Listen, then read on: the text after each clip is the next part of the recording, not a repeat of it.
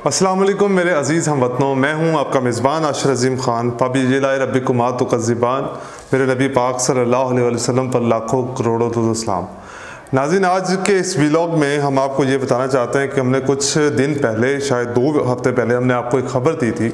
उस खबर में हमने आपको ये मेंशन किया था कि इमरान खान साहब के ऊपर किस किस्म का प्रेशर डाला जा रहा है कि वो असम्बली में वापस जाएँ।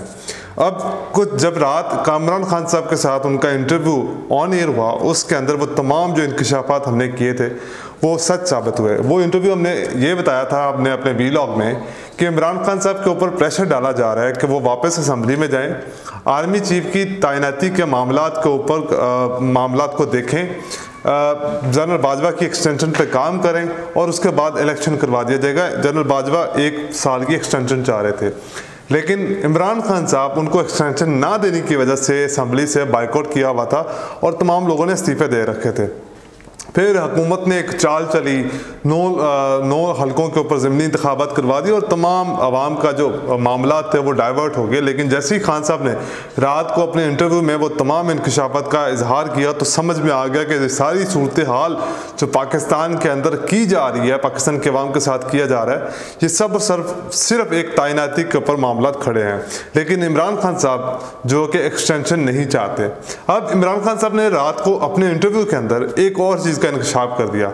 उन्होंने डायरेक्टली पाकिस्तान के मुख्तदिर हलकों को ये कहा कि क्योंकि ये तुम लोगों ने रजीम चेंज किया था, तुम लोगों ने ये सारा कुछ करवाया, इसका साथ दिया, तुम लोग सिपाही थे इस मुल्क के, तुम लोगों ने इस रजीम चेंज ऑपरेशन को रोका क्यों नहीं? तुम लोग रोक सकते थे।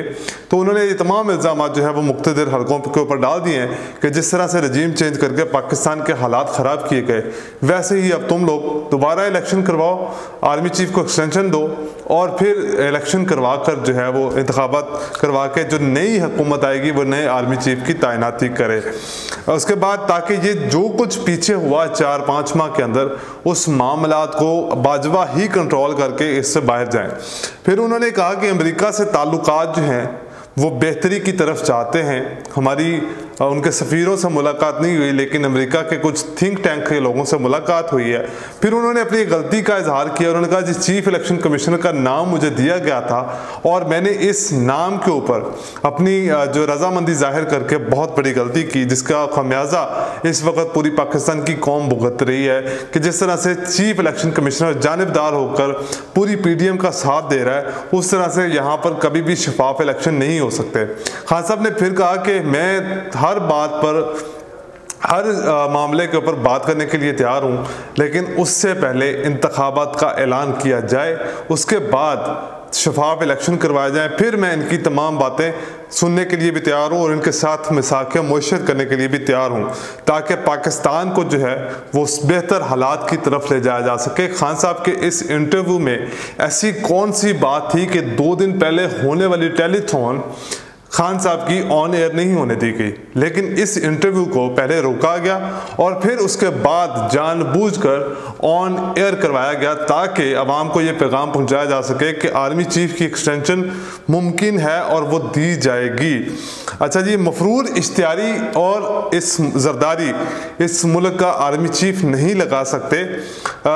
तमाम दोस्तों को राज़ी कर लिया है। हम लोग अपनी मुआशरत के ऊपर, हमारी टीम मुकम्मल तौर पर तैयारी कर रही है, प्लानिंग कर रही है, मनसूबाबंदी कर रही है कि किस तरह से हुकूमत में अगर आते हैं तो मुआशरत को संभाला जाएगा। पूरी वर्किंग की जा रही है, वो तमाम गलतियाँ दोबारा नहीं दोहराई जाएंगी जो पिछले दौरे हुकूमत में या हमने हुकूमत में आने से पहले की थी। ये सारी चीज़ें उन्होंने अपने इंटरव्यू में की। उसके बाद एक खबर आपके साथ और शेयर करनी है कि खुर्शीद शाह साहब ने एक प्रेस कॉन्फ्रेंस की। प्रेस कॉन्फ्रेंस के अंदर उन्होंने कहा कि जी इमरान खान साहब को गिरफ्तार करना सियासत का हल नहीं है। खान साहब अपनी प्लानिंग, अपनी मनसूबाबंदी के तहत अपनी पार्टी की क़यादत कर रहे हैं और सियासत कर रहे हैं। ये उनका हक है, वो जिस तरह से मर्जी सियासत करें। अगर अवाम उनकी मकबूलियत इतनी ज़्यादा है तो इलेक्शन करवा देने चाहिए, ना कि अवाम के साथ जुल्म सितम किया जाए, क्योंकि जिस तरह से अवाम महंगाई की चक्की में पिस रही है उस तरह से पाकिस्तान के नए इलेक्शन जो है वो होने चाहिए। लेकिन सैलाब की सूरत हाल की वजह से पाकिस्तान में नए इलेक्शन नहीं करवाए जा सकते।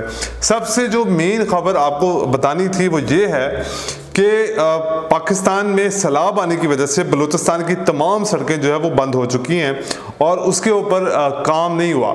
हुकूमत सिर्फ और सिर्फ इमरान खान की को अपोजिशन से निकालने के लिए लगी हुई है और इमरान खान की सियासत को ख़त्म करने के लिए लगी हुई है।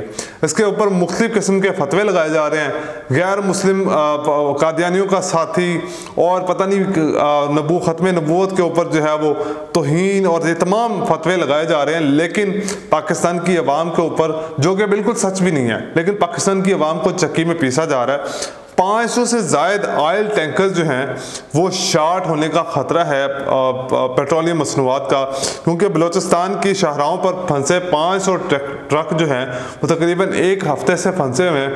और अगर वो ट्रक पाकिस्तान में 2 दिन के अंदर अंदर जो है वो फ्राहम नहीं करते पेट्रोल, अगर पेट्रोल पाकिस्तान में 2 दिन के अंदर पेट्रोल पंप मालिकान को फराहम नहीं किया जाता तो पेट्रोल का बहुत बड़ा शदीद बहरान पैदा होगा, जिसके बाद खुराक में कमी आएगी, किल्लत होगी और बहुत सारी चीज़ों का सामना करना पड़ेगा पाकिस्तान को।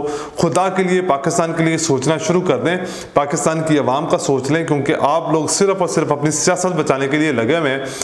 बहुत सारे ऐसे सवालात हैं जो आपसे पूछे जाएं और उनका आपके पास जवाब ना हो। उसके बाद ख्वाजा साद रफीक साहब ने प्रेस कॉन्फ्रेंस की कि जो हुकूमत आती है उसको पहले से ही लोग गिराने वाले खड़े होते हैं।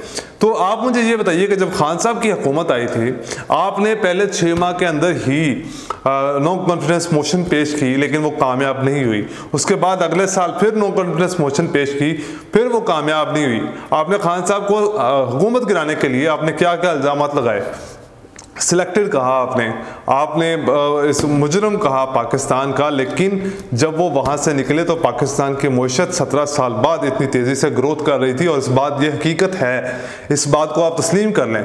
जो कुछ आप लोगों ने इमरान खान साहब के साथ किया, या खान साहब ने आपके साथ जो किया, वही आप लोगों ने किया। सियासत में ना तो आप सीखना चाहते हैं पिछले हुए वाक़यात से, ना ही इमरान खान सीखना चाहते हैं। पाकिस्तान की पूरी जो सियासी लीडरशिप है वो सिर्फ और सिर्फ अपना फ़ायदा सोचती है और पीछे क्या कुछ हो चुका है उससे कोई सबक नहीं सीखता, जिसकी वजह से पाकिस्तान की अवाम महंगाई की चक्की में पिसती चली जाती है।